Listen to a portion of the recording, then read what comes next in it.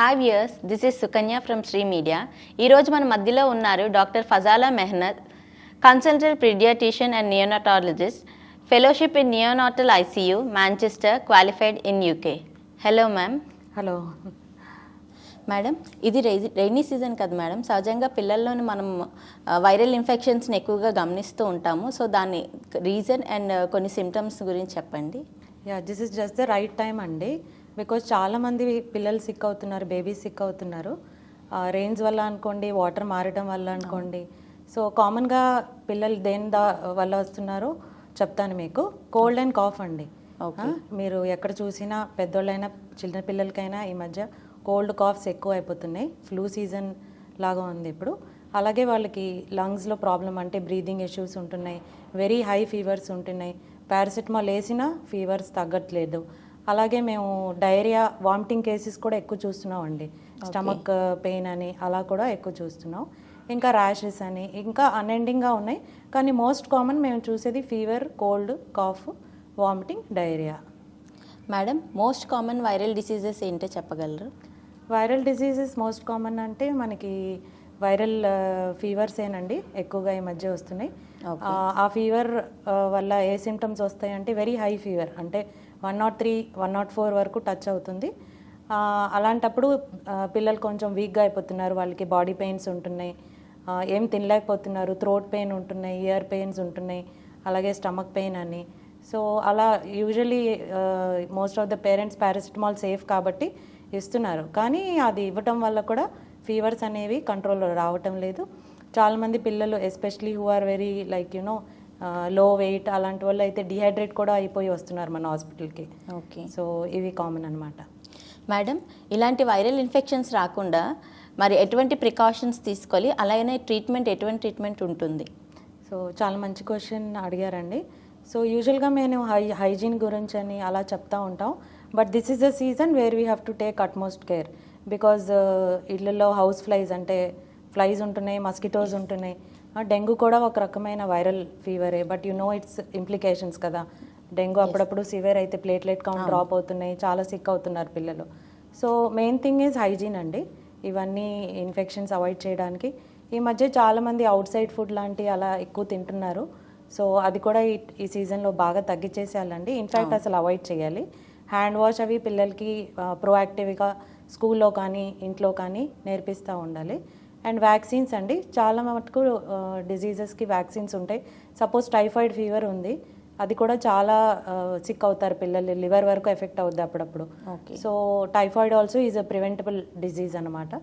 So అలా మీ పీడియాట్రిషియన్తో contact చేసి ముందు జాగ్రత్తగా ఈ వ్యాక్సిన్స్ ఒకటి తీసుకోవచ్చు. నెక్స్ట్ వాటర్ అండి. Most of the diseases are transmitted through water. Sometimes water కానీ సువేజ్ మిక్సప్ అయిపోవచ్చు. సో అలాంటప్పుడు వాటర్ బాగా బాయిల్ చేసి పిల్లలకి ఇవ్వడం. ఇంకా బేబీస్ సైడ్ వస్తే చిన్న బేబీస్ ఎక్కువ నోట్లో పెట్టేసుకుంటూ ఉంటారు, హ్యాండ్స్ కానీ ఏమన్నా వస్తువులు కానీ. సో అలాంటప్పుడు ఇంకా ఎక్కువ కేర్ తీసుకొని ఇల్లు కానీ హైజీన్గా ఉంచితే అలాంటి డిజీజెస్ రావండి. ఓకే మేడం, వ్యాక్సిన్స్ గురించి చెప్పారు కదా మేడం. గవర్నమెంట్ కొంచెం వ్యాక్సిన్స్ని ప్రొవైడ్ చేస్తుంది. అవి కాకుండా మనం ఇంకా ఎక్స్ట్రాగా ఏమైనా వ్యాక్సిన్స్ తీసుకోవాల్సి ఉంటుందా పిల్లల్లో? Sure. So this is also very good question అండి. చాలా మటుకు మేము క్లినిక్లో పిల్లల్ని చూసినప్పుడు will not just treat the disease, ఇలాంటి ప్రివెంటబుల్ ఏమైతే ఉన్నాయో అడ్వైస్ ఇస్తూ ఉంటాం పేరెంట్స్కి. Many of them offer government vaccines and of course they can. But most of the vaccines are preventable డిజీజెస్కి ఏమైతే ఇవ్వాలో అవి కొన్ని మిస్ అవుతున్నాయి అక్కడ.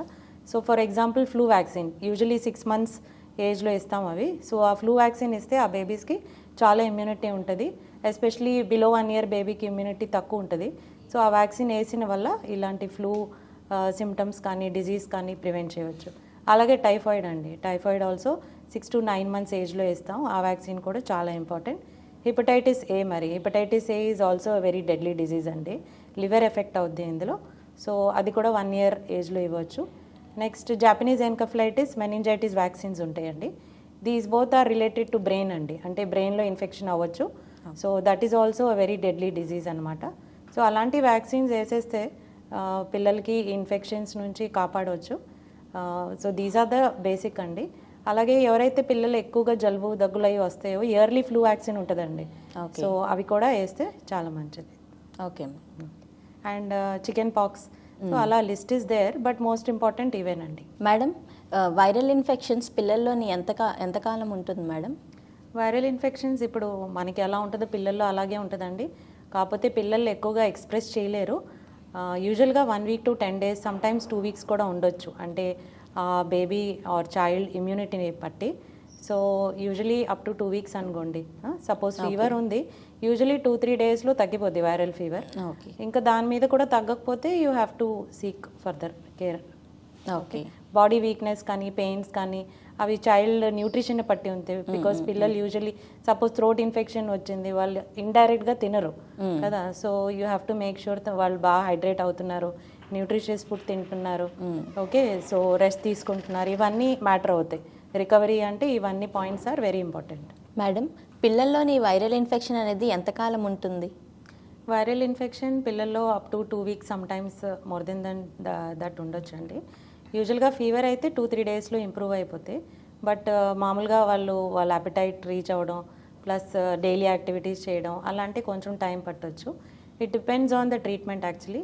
సో అండ్ ఆల్సో లైక్ ఎంత రెస్ట్ తీసుకుంటున్నారు, వాళ్ళ న్యూట్రిషన్ ఎంత తీసుకున్నారు, ప్రీవియస్గా వాళ్ళు హెల్దీ అయినా, వాళ్ళ ఇమ్యూనిటీ ఎలా ఉంది, అవన్నీను. యూజువల్గా 2 weeks అయితే పట్టుద్దండి అందులో. ఓకే. సహజంగా పేరెంట్స్ ఏం చేస్తారంటే పిల్లలకి ఫీవర్ రాగానే ఇదివరకే వాళ్ళు హాస్పిటల్కి వెళ్ళినప్పుడు డాక్టర్ ఇచ్చిన ఆ యొక్క మెడిసిన్ ఏదైతే ఉంటుందో అది స్టార్ట్ చేస్తారు. సో మరి ఎప్పుడు అప్రోచ్ అవ్వాలి, అంటే 1 day 2 day ఎప్పుడు పిల్లల్లో ఏ చేంజ్ని బట్టి వాళ్ళు ఇమ్మీడియట్గా డాక్టర్ని అప్రోచ్ అవ్వాలి? షూర్. సో యూజువల్గా babies otherwise or children otherwise well ఉంది, ఓన్లీ ఫీవర్ ఉంది, మేము మామూలుగా యూజువల్లీ ఎడ్యుకేట్ చేస్తాం పేరెంట్స్కి, ఇలా టెంపరేచర్ ఉన్నప్పుడు ఇంత పారాసెటమాల్ ఇవ్వండి అనేది. సో అలా 1 or 2 days అదర్వైజ్ చైల్డ్ యాక్టివ్గానే ఉంది, ఫుడ్ అయి తీసుకుంటున్నారు, యూరిన్ అవుట్పుట్ బాగుంది అంటే 2 days వరకు మ్యాక్సిమం. లో గ్రేడ్ ఫీవర్ ఉంటే వెయిట్ చేయవచ్చండి. అలాగే ఒకసారి హై గ్రేడ్ ఫీవర్ ఉన్నప్పుడు బాగా సిగ్గా ఉన్నారు, డల్గా ఉన్నారు అంటే ఇమీడియట్గా వాళ్ళు డాక్టర్ దగ్గర వెళ్ళాలి. అండ్ ఇక్కడే మీకు పారాసిటమాల్ డోస్ గురించి చెప్తానండి, because that is the basic medicine fever వచ్చినప్పుడు. అది ఎప్పుడైనా బేబీ యా చైల్డ్ వెయిట్ని బట్టి ఉంటుంది. చాలాసార్లు మేము పిల్లలు సీజర్స్ అంటే ఫీవర్ ఉన్నప్పుడు ఫెబ్రైల్ సీజర్స్ అంటాం, అలా చూస్తూ ఉంటాం ఎమర్జెన్సీలో. యూజువల్గా ప్రాబ్లం ఏమవుద్దంటే 1 year బ్యాక్ ఎప్పుడో ఇచ్చిన డోస్ని బట్టి వాళ్ళు ఇచ్చేస్తారు. సో అలా కాకుండా బేబీస్ కరెంట్ వెయిట్ చూసుకొని అలా ఇవ్వాలండి పారాసెటమాల్. మేడం, పిల్లల్లోని చాలా వరకు పేరెంట్స్ అవ్వచ్చు, గ్రాండ్ పేరెంట్స్ అవ్వచ్చు, ఇంటి వైద్యం అని లేక హెర్బల్ అని చెప్పి కొన్ని వైద్యాలు చేస్తూ ఉంటారు. దానివల్ల పిల్లల్లో వచ్చే నష్టాలు ఏంటో చెప్పండి మేడం. షూర్. ఇందులో మరి బేబీస్ చిల్డ్రన్ వేరేగా చెప్తానండి. బేబీస్ అంటే యూజువల్ నేను నియోనటాలజిస్ట్ కాబట్టి చిన్న బేబీస్కి అప్పుడప్పుడు ఏదన్నా సపోజ్ కోల్డ్ ఉందంటే అలా కొన్ని మెడిసిన్స్ ఇచ్చేస్తూ ఉన్నారు. దానివల్ల చాలా సిక్ బేబీస్ని కూడా అడ్మిట్ చేసాం ఇక్కడ. అప్పుడప్పుడు ఆ మందులు అనేవి బేబీస్కి స్టమక్ ఇన్ఫెక్ట్ అయిపోయి వాళ్ళు ఫీడ్ తీసుకోకపోవడం, చాలా సిక్ అవ్వడం, ఆ మందులు ఏమో లంగ్స్లో అంటే యాస్పిరేట్ అయిపోయి నిమోనియాలా రావడం, అప్పుడప్పుడు బేబీస్ ఇంటిబేట్ కూడా చేసి ఉన్నామండి. సో ఐ సిన్సియర్లీ రిక్వెస్ట్ అలాంటి herbal medications only 2 things I tell parents here, because వాళ్ళు కూడా గ్రాండ్ పేరెంట్స్ కాబట్టి మన పిల్లలకి వేసామండి ఏం అవ్వలేదు అనేది they usually defend. But what I say here is అప్పుడు ప్రోడక్ట్స్ వేరు, బేబీస్ కూడా వేరు. ఇప్పుడు బేబీస్ కూడా సెన్సిటివ్గా ఉన్నారు. సో జెన్యున్ అడ్వైస్ ఇక్కడ మనకి డెలివరీస్ అయిన బేబీస్కి అయితే మేము డిశ్చార్జ్ అప్పుడు అదే చెప్తాం. నౌ కమింగ్ టు చిల్డ్రన్, అలాగే చాలామంది పిల్లలకి కొన్ని హెర్బల్ మెడికేషన్స్ అలా ఇస్తూ ఉంటున్నారు. దానివల్ల కొంతమంది పిల్లలకి ప్రొవకేటివ్ సీజర్స్ అంటే ఆ మెడిసిన్ ట్రిగ్గర్ చేస్తుంది పిల్లలకి సీజర్స్ కానీ అలా ఫిట్స్ రావడం, కన్వల్షన్స్ కానీ, ఇంకా ఆ డిజీజ్ అలాగే ఉండిపోయి జస్ట్ ఏదో సిమ్టమ్స్ టైం బీయింగ్కి మాస్క్ అవుతున్నాయి కానీ ఆ డిజీజ్ ఇంకా ప్రోగ్రెస్ అయిపోయి చాలా సివియర్గా అవుతున్నారు. సో అలాంటి మెడికేషన్స్ స్ట్రిక్ట్గా అవాయిడ్ చేయాలండి. బేసిక్ పారాసెటమాల్, ఓఆర్ఎస్ అలాంటి మెడికేషన్స్ వరకు వాడచ్చు. ఈవెన్ యాంటీబయాటిక్స్ కూడా స్ట్రిక్ట్లీ డాక్టర్ని కన్సల్ట్ చేసే వాడాలండి, బికాజ్ దానివల్ల side effects starting from mild rash, sometimes respiratory problems అంటే ఈ అంత ఎడిమా వచ్చేసి షాక్లో కూడా పిల్లలు వెళ్ళవచ్చు. సో అలాంటి మెడికేషన్స్ కంప్లీట్గా అవాయిడ్ చేస్తే బెటర్ అండి. సహజంగా యాంటీబయాటిక్స్ అనేసరికి 1 day or 2 day కొంచెం తగ్గింది, టెంపరేచర్ తగ్గింది అనేసరికి స్టాప్ చేసేస్తారు. సో యాంటీబయాటిక్ అనేది కోర్స్ ఎంతవరకు తీసుకోవాలి అది కొంచెం క్లారిటీ ఇస్తారా? Sure. This is also a very good question అండి. యూజువల్గా కొంతమంది పేరెంట్స్ అవుట్ సైడ్ చూపించుకొని వస్తూ ఉంటారు, అంటే దగ్గర లోకల్ డాక్టర్కి అలా. సో వాళ్ళు మెడికేషన్ డాక్టర్స్ అయితే రాస్తారు 5 days కోర్స్, బట్ పేరెంట్స్ ఏం చేస్తారు, సీసా అయిపోయిందో తగ్గిపోయిందనో 2 daysకో 3 daysకో ఆపేస్తారు. దానివల్ల నష్టం ఏమవుతుందంటే ఆ పర్టిక్యులర్ డిజీజ్ అనేది జస్ట్ కొంచెం ఇంప్రూవ్మెంట్ అవుద్ది, కానీ యాంటీబ్యాక్టీరియల్ అంటే యాంటీబయాటిక్ ఎందుకు వాడతాం, బాడీలో ఉన్న బ్యాక్టీరియాకి ఎలిమినేట్ చేయడానికి. సో అవి ఇన్ఫెక్షన్ పూర్తిగా తగ్గదు. ప్లస్ సెకండ్ టైం ఆ యాంటీబయాటిక్ వాడాలన్నా ఆ బ్యాక్టీరియా రెసిస్టెంట్ అయిపోతుంది, అంటే ఆ పర్టిక్యులర్ యాంటీబయాటిక్. సో అలా మేము నెక్స్ట్ టైం హయ్యర్ యాంటీబయాటిక్ వాడాల్సిన అవసరం ఉంటుంది. So first thing is you should consult doctor and then only start antibiotic. నేను యూకేలో అక్కడ పనిచేశాను, యూ మస్ట్ హ్యావ్ వర్డ్. యూఎస్లో యూకేలో అసలు యాంటీబయాటిక్స్ ఇవ్వరు తొందరగా, you have to go to doctor. In India like ఈ మెడిసిన్స్ అన్ని షాప్స్లో దొరుకుతాయి కాబట్టి యూజువలీ పీపుల్ వాడేస్తూ ఉంటారు, ప్లస్ వాడిన కోర్స్ పూర్తి చేయట్లేదు. So this is the main issue అండి. మేడం, ఇప్పుడు ఈ వైరల్ ఇన్ఫెక్షన్స్ అని మెడికేషన్ లేకుండా వాటంటే అవే తగ్గే ఛాన్సెస్ ఏమైనా ఉన్నాయా? యా డెఫినెట్లీ అండి, because most of the parents call చేస్తారు, మేడం ఇలా టెంపరేచర్ ఉంది బేబీకి అంటే వీల్ యూజువల్లీ టెల్ పారాసిటమాల్ వేయండి, 1 or 2 days చూడండి, if it is not improving you bring the child అనేది. సో డిఫరెన్షియేటింగ్ ఏంటంటే ఇక్కడ మళ్ళీ క్లినికల్గా చైల్డ్ ఎలా ఉంది, వేరే సిస్టమ్ ఇన్వాల్వ్మెంట్ ఉందా, ఓరల్ ఇంటేక్ బాగానే ఉందా. సపోజ్ మెడిసిన్ ఇచ్చినా వాళ్ళు ఉమ్మేస్తారు చాలామంది పిల్లలు. సో అలాంటప్పుడు ఏం చేయాలి, అడ్మిట్ చేయాలా, టెస్ట్ చేయాలా అనేది usually the paediatrician only with the best person to judge here. Again ఆ మెడిసిన్స్ యాంటీబయాటిక్ లాగే యాంటీవైరల్ ఉన్నాయండి ఈ మధ్య. సో సపోజ్ ఆ ఇన్ఫెక్షన్ అనేది తగ్గట్లేదు, depending on the child's immunity or the illness, అంటే సివియరిటీ ఆఫ్ సిమ్టమ్స్ని బట్టి ఈ మధ్య యాంటీవైరల్ సిరప్స్ అంటే ఫ్లూయిర్ లాంటి అలా దొరుకుతున్నాయి. సో అవి కూడా యాంటీబయాటిక్ లాగా కోర్స్ ఉంటుందండి.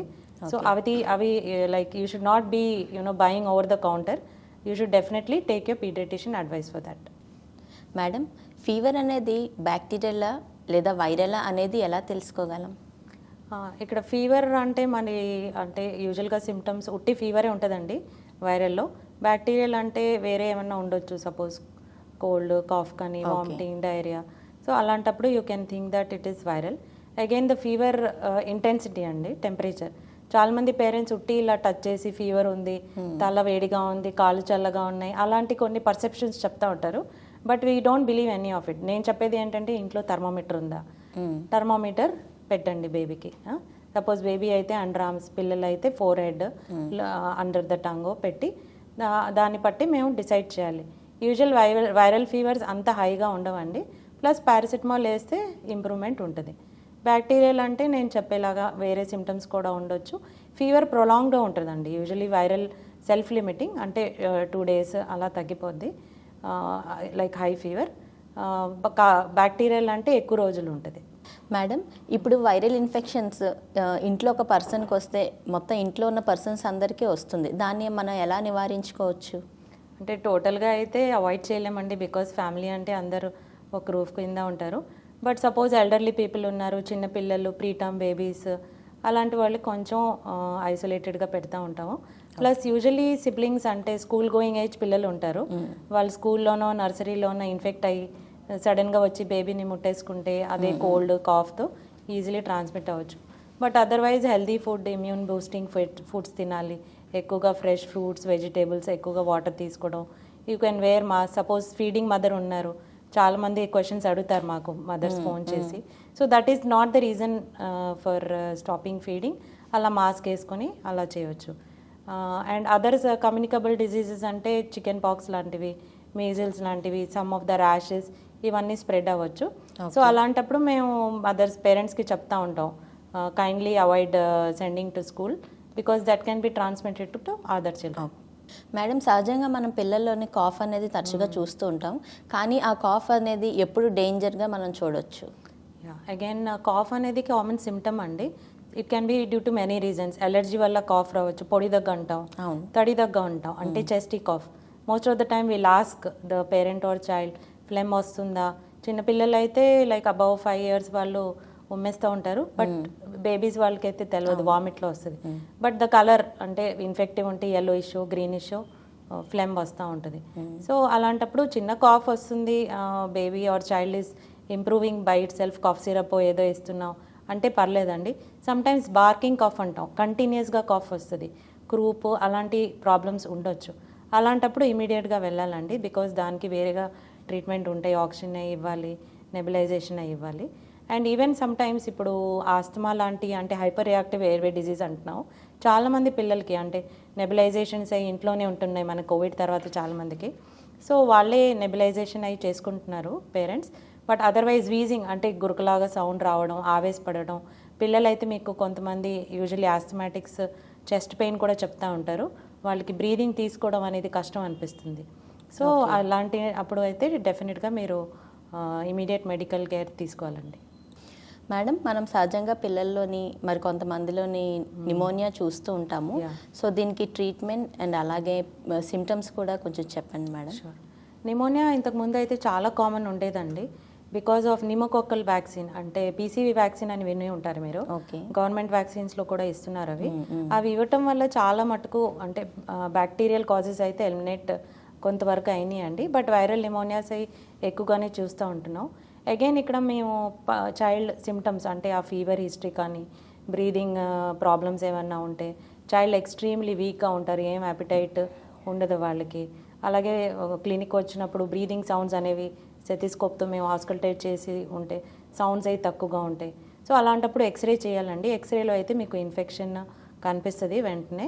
అలాంటప్పుడు యాంటీబయోటిక్ అంటే ఆ పర్టిక్యులర్ నిమోనియాకి ఏదైతే ఇవ్వాలో సమ్టైమ్స్ ఐవీ యాంటీబయోటిక్స్ అంటే చైల్డ్ని అడ్మిట్ చేసి ఇంట్రావీనస్ అలా కూడా కోర్స్ లాగా వాడాలండి 1 వీక్ వరకు.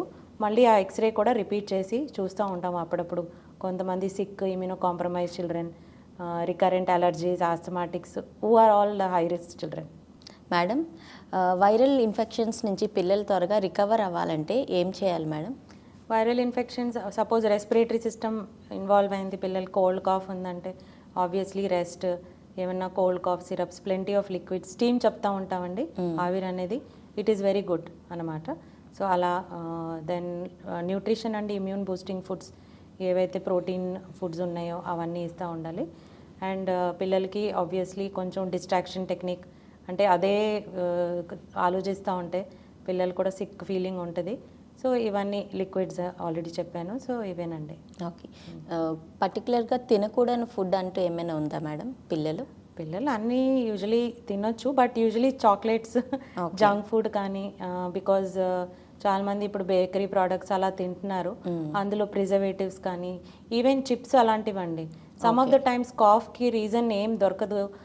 What we usually see is reflux అండి, బికాజ్ వాళ్ళు అవుట్ సైడ్ ఫుడ్ తిని దానివల్ల గ్యాస్ రావడం, నైట్ టైం కాఫ్. సో అలాంటప్పుడు మేము కొన్ని మెడికేషన్స్ అంటే యాంటాసిడ్ అలాంటివి పెడితేనే కాఫ్ తగ్గుతుంది. సో కంప్లీట్గా out side food, sweets and frozen chilled foods అండి. ఎక్కువగా కోల్డ్ వాటర్ కానీ డ్రింక్స్ అవన్నీ హిడెన్ క్యాలరీస్ ఉంటాయి. కూల్ డ్రింక్స్ చాలామంది షుగర్ ఎక్కువగా ఉంటుందని పిల్లలు ప్రిఫర్ చేస్తారు. కావాలంటే ఇంట్లో ఫ్రెష్ జ్యూస్ ఇవ్వాలి, కానీ పిల్లలకి ఇలాంటి డ్రింక్స్ కానీ ఆర్టిఫిషియల్ స్వీట్నర్స్ వేసి కంప్లీట్గా అవాయిడ్ చేయాలి. మేడం, ఎపిగ్లాటైటిస్ అంటే ఏంటి? పిల్లల్లో ఎటువంటి సిమ్టమ్స్ని ఉంటాయి మేడం? ఎపిగ్లాటైటిస్ అంటే it's like kind of throat infection అండి. థ్రోట్లో గ్లాటిస్ అన్నీ ఉంటుంది.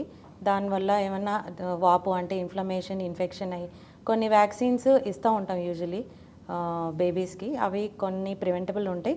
But some of the viruses of bacteria అక్కడ ఇన్ఫెక్షన్ ఏమన్నా అయితే ఎక్కువగా కాఫ్ రావడం, బ్రీదింగ్ అందకపోవడం, వీజింగ్ ఉండడం అలాంటి సిమ్టమ్స్ ఉంటాయి. అది కూడా ఎమర్జెన్సీ కేర్ తీసుకెళ్ళాలండి. అప్పటికప్పుడు ఇమీడియట్ దానికి తగిన ట్రీట్మెంట్ ఇస్తే ఇంప్రూవ్మెంట్ ఉంటుంది. యాంటీబయాటిక్స్ కూడా కొన్నాళ్ళు ఇవ్వాలండి. మేడం, పిల్లలు కొంతమంది ఇంట్లో ప్రిపేర్ చేసిన ఫుడ్ తినడానికి ఇష్టపడరు, బయటికి వెళ్ళి తినడానికి ఇష్టపడుతుంటారు. సో అలా ఎక్కువ బయట ఫుడ్ని ప్రిఫర్ చేసిన పిల్లల్లో ఎటువంటి ఇబ్బందులు వస్తాయో కొంచెం వివరించండి. This is also my favourite question అండి. అంటే every child who I see in the OP the advice will be to avoid outside food, because they are many reasons అండి. బికాస్ పిల్లలకి ఏదో సరదాగా బయట వెళ్ళాం, కేఎఫ్సీయో ఏదో పిజ్జానో అలా తినేసాం అనుకుంటారు. పేరెంట్స్ కూడా హ్యాపీగా ఫీల్ అవుతారు, పిల్లలు ఏదో తినేశారు, స్టమక్ ఫుల్ అయిందని. బట్ వాటి ఇంప్లికేషన్స్ అప్పటికప్పుడు షార్ట్ టర్మ్ ఉండొచ్చు, లాంగ్ టర్మ్ కూడా ఉండొచ్చు అండి. Many of the children are suffering ఏమన్నా లింఫ్ నోడ్స్ కానీ గ్లాండ్స్ లాగా వాపులు అవ్వడం, యూజువల్గా స్టమక్ పెయిన్తో సఫర్ అవుతున్నారు. సో అల్ట్రాసౌండ్ స్కాన్ కానీ టెస్టులు చేసినప్పుడు తెలుస్తుంది అన్నమాట. సో మేము అలా చూసుకుంటే ఎక్కువగా అవుట్ సైడ్ ఫుడ్ కన్జంప్షన్ ఉంటుంది ఆ పిల్లల్లో. కొన్నాళ్ళు యాంటీబయాటిక్స్ వాడి మళ్ళీ వాళ్ళు అవుట్ సైడ్ ఫుడ్ అనేది ఆపితే అప్పుడు అవి ఇంప్రూవ్మెంట్ ఉంటుందండి. సో ఇక్కడ దీనివల్ల నష్టం ఏంటంటే డయేరియా అవడం, వామిటింగ్ అవడం, పిల్లలకి గ్యాస్ ఇష్యూస్ చాలా ఉన్నాయండి లిస్ట్. అండ్ ఆల్సో ఒబేసిటీ అండి, that is another topic. Because అవి అన్నీ మైదా బేస్డ్, ఎక్కువ షుగర్ ఉంటాయి కాబట్టి ఎస్పెషలీ టీనేజర్స్లో గ్రోత్ ఇష్యూస్ రావడం, పీసీఓడీస్, యూట్రస్ ఇష్యూస్ కానీ తర్వాత later on in the life fertilisation issues అవన్నీ ఉంటున్నాయి. So outside food is a big no అండి. మేడం, కవాసాకి డిసీజ్ అంటే ఏంటి? కవాసాకి డిజీజ్ కొంతమంది పేషెంట్స్ చూస్తూ ఉంటామండి. అంటే అన్ని టెస్టులు చేసేసాం, అయినా ట్రీట్మెంట్ ఇచ్చేసాం, సపోజ్ బ్యాక్టీరియల్ కానీ వైరల్ కానీ, అయినా ట్రీట్మెంట్ అంటే ఫీవర్ అనేది తగ్గట్లేదు. అలాంటప్పుడు కవాసాకి డిజీజ్ అనేది మేము సస్పెక్ట్ చేస్తామండి. అందులో ర్యాషెస్ కానీ స్వెల్లింగ్స్ ఆఫ్ జాయింట్స్ అలాంటి సిమ్టమ్స్ ఉండొచ్చు. దానికి వేరేగా ట్రీట్మెంట్ ఇచ్చుకోవాలి, ఇమ్యునోగ్లోబులిన్స్ అన్నీ ఉంటాయి.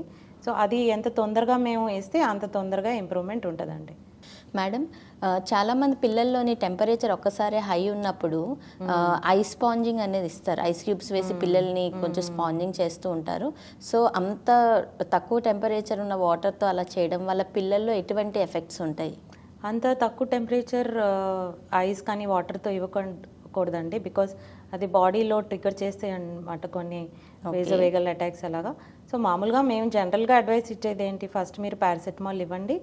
అండ్ స్పాంజింగ్ అంటే మామూలు రూమ్ టెంపరేచర్ వాటరే మీరు కొంచెం క్లాత్లో డిప్ చేసేసి స్క్వీజ్ చేసి వైప్ చేయాలండి. అలా అని మరీ కోల్డ్ వాటర్ అలాంటి లైక్ ఐస్ క్యూబ్స్తో అయితే డెఫినెట్లీ అవాయిడ్ చేయాలి. అండ్ పారాసెటమాల్ ఎవ్రీ 6 hours ఇచ్చుకోవచ్చు అండి, as I mention previously, child or babies వెయిట్ని బట్టి. ఇన్ కేస్ పారాసెటమాల్తో తగ్గట్లేదు, 6 hours టైం అవ్వలేదు సెకండ్ డోస్ ఇవ్వడానికి అంటే we have second line antipyretics అండి. అంటే మెఫ్నమిక్ యాసిడ్, మెఫ్తాల్పీ అనే సిరప్ ఉంటుంది, అలాగే బ్రూఫెన్ సిరప్ ఉంటుంది. సో అలాంటి సిరప్స్ కూడా మేము సెకండ్ లైన్గా యూజువల్లీ అడ్వైస్ చేసి ఉంచుతాం పేరెంట్స్లో. బట్ ఏదో ఫీవర్ తొందరగా తగ్గిపోవాలని అలాంటి ఐస్ వాటర్తో అయితే తప్పకుండా చేయకూడదండి. మేడం, ఇప్పుడు చాలామంది పిల్లల్లో డ్రగ్ అలర్జీ ఉంటుంది, వాళ్ళకి పారాసెటమాల్ పడకపోవచ్చు. అలాంటి టైంలో మీరు ఎటువంటి మెడికేషన్ని ప్రిస్క్రైబ్ చేస్తారు? అంటే యూజువలీ పారాసెటమాల్ సేఫెస్ట్ అండి. బట్ సమ్ టైమ్స్ చూసాం మేము, వెరీ రేర్గా పిల్లలకి ఆ మెడిసిన్ కూడా పడదు. యూజువల్లీ కాఫ్ కానీ ర్యాషెస్ కానీ సమ్ టైమ్స్ లివర్ ఇష్యూస్ ఏమన్నా ఉండొచ్చు. అలాంటప్పుడు మెఫ్తాల్పీ ఆర్ బ్రూఫెన్ అంటే వాటికి కూడా ఉంటాయి సైడ్ ఎఫెక్ట్స్, కానీ మానిటరింగ్లో ఇచ్చుకోవాలి. అలా ఎక్స్ట్రీమ్ అలర్జీస్ ఉన్న వాళ్ళకి మన ఎమర్జెన్సీలోనో హాస్పిటల్ సెటప్లోనో ఉంచుకొని అలాంటి మెడికేషన్స్ ట్రై చేయవచ్చు. ప్లస్ ఏమన్నా మెడిసిన్ అలర్జీస్ ఉన్నా యూజువలీ మేము హాస్పిటల్ నోట్స్లో నోట్ చేసి ఉంచుతాం ఇక్కడ సాఫ్ట్వేర్లో. ప్లస్ పేరెంట్స్ కూడా అవేర్గా ఉండాలి. Suppose they are travelling or going to another doctor, ముందుగానే మెన్షన్ చేయాలి ఈ డ్రగ్కి సపోజ్ పెన్సిలిన్ అలర్జీస్ ఉండొచ్చు. అలాగే ఏ డ్రగ్ అయితే ఎలర్జీ ఉందో వాళ్ళు ముందుగానే మెన్షన్ చేస్తే పిల్లలకి ఇబ్బంది అవుతుంది. మేడం, చాలామంది పిల్లల్లోని డ్రగ్ ఎలర్జీ అనేది ఉంటుంది. అలాంటి టైంలో పేరెంట్కి ఎలా తెలుస్తుంది డ్రగ్ ఎలర్జీ ఉందని? అట్ ద సేమ్ టైం డాక్టర్గా మీరు ఏ రకంగా ప్రిస్క్రైబ్ చేస్తారు పిల్లలకి? షూర్. అంటే యూజువల్గా మేము జనరిక్గా వాడే కొన్ని మెడిసిన్స్, పారాసెటమాల్ లాంటి, అమాక్సిలిన్ అవి ఫస్ట్ లైన్గా వాడేస్తూ ఉంటామండి. బట్ ఇచ్చినప్పుడు పేరెంట్స్కి చెప్తాం like awareness science, symptoms. Suppose some antibiotics వల్ల డయేరియా రావచ్చు, సమ్ యాంటీబయాటిక్స్ వల్ల ర్యాష్ రావచ్చు. సో అలాంటి ఏమన్నా అలర్జీస్ కూడా మైనర్, మేజర్ అలా ఉంటాయండి. మేజర్ అంటే అనఫిలాక్టిక్ షాక్, అంటే పూర్తిగా బ్రీదింగ్ కష్టం అవ్వడం, ర్యాషెస్ రావడం అలాంటప్పుడైతే ఎమర్జెన్సీ తీసుకురావాల్సిందే. బట్ మైనర్ ఏమన్నా ఉంటే అప్పటికప్పుడు ఆ డ్రగ్ ఆపేయమని చెప్పి వేరే ఆల్టర్నేట్గా ఇస్తాము. సో అలాంటివి కూడా సమ్ టైమ్స్ హాస్పిటల్ సెటప్లో చూడాల్సి వస్తుంది. ఫస్ట్ టైం ఎప్పుడన్నా మేము యాంటీబయాటిక్ ఇస్తున్నామంటే చిన్న టెస్ట్ డోస్ అండి, అంటే స్కిన్లో ఒక యాంటీబయాటిక్ చిన్న డోస్ ఇచ్చి కాసేపు అబ్జర్వ్ చేస్తాం. ఏం రియాక్షన్ లేదు, అక్కడ రెడ్నెస్ కానీ అలా స్వెల్లింగ్ అంటే we'll proceed with that drug. Suppose ఏమన్నా అక్కడ స్కిన్లో ఏమన్నా చేంజ్ ఉందంటే we try to avoid that medication and inform the parents and the child also that you are allergic to so and so medicine, kindly avoid in the future. Madam, సహజంగా fever వచ్చేటప్పుడు lips ఈ కార్నర్స్లోని herpes లాంటిది వస్తూ ఉంటుంది. So ఎందువల్ల వస్తుంది, మరి దానికి ట్రీట్మెంట్ ఏంటి? అంటే లిప్స్ దగ్గర ర్యాషెస్ అంటే వేరే వేరే రీజన్స్ రావచ్చు. One of the reasons as you mentioned is herpes. Stomatitis అనేది ఒకటి ఉంటుంది ఏమన్నా విటమిన్ డెఫిషియన్సీ ఉన్నప్పుడు. సో యూజువల్గా మేము మల్టీవిటమిన్ ఏమైనా సప్లిమెంట్ ఇస్తూ ఉంటాం. ఏదైనా యాంటీవైరల్ అక్కడ హెర్పెస్ ఉంటే క్రీమ్ లాంటిది వేస్తూ ఉంటాం. ప్లస్ అది ట్రాన్స్మిటబుల్ కూడా, సో కిస్సింగ్ కానీ అలా ఏమన్నా ఎక్కువ ముట్టుకోవడం అలాంటివి అవాయిడ్ చేయమంటూ ఉంటాం. మేడం, పిల్లల్లోని మెడికేషన్ ఎక్కువగా యూజ్ చేయడం వల్ల, అంటే యాంటీబయాటిక్స్ అవి ఎక్కువగా యూజ్ చేయడం వల్ల ఏదైనా ఆర్గన్ ఎఫెక్ట్ అయ్యే ఛాన్సెస్ ఉన్నాయా? యా, తప్పకుండా అండి. అందుకే యూజువలీ మేము చెప్తా ఉంటాం, ఎవరన్నా ఎక్కువ సిక్గా ఉంటే హాస్పిటల్ తీసుకురమ్మనండి.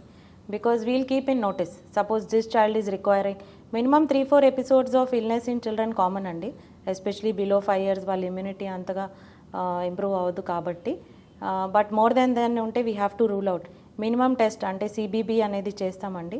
అందులో మనకి సెల్ లైన్స్, ఆర్బీసీ, ఏమన్నా ఎనీమియా ఉందా, ఇన్ఫెక్షన్స్ ఉన్నాయా, ఈస్నోఫిల్ కౌంట్ ఏమన్నా ఎక్కువగా ఉందా, అలాంటివన్నీ రూల్ అవుట్ అయిపోతాయి. బట్ స్టిల్ అలా ఓవర్ ద కౌంటర్ ఇంట్లో మెడిసిన్స్ తీసుకొని వేసేస్తాం వల్ల లివర్ కానీ, because these medicines are going inside the body and they have to metabolise, అంటే ప్రాసెస్ అవుతాయి.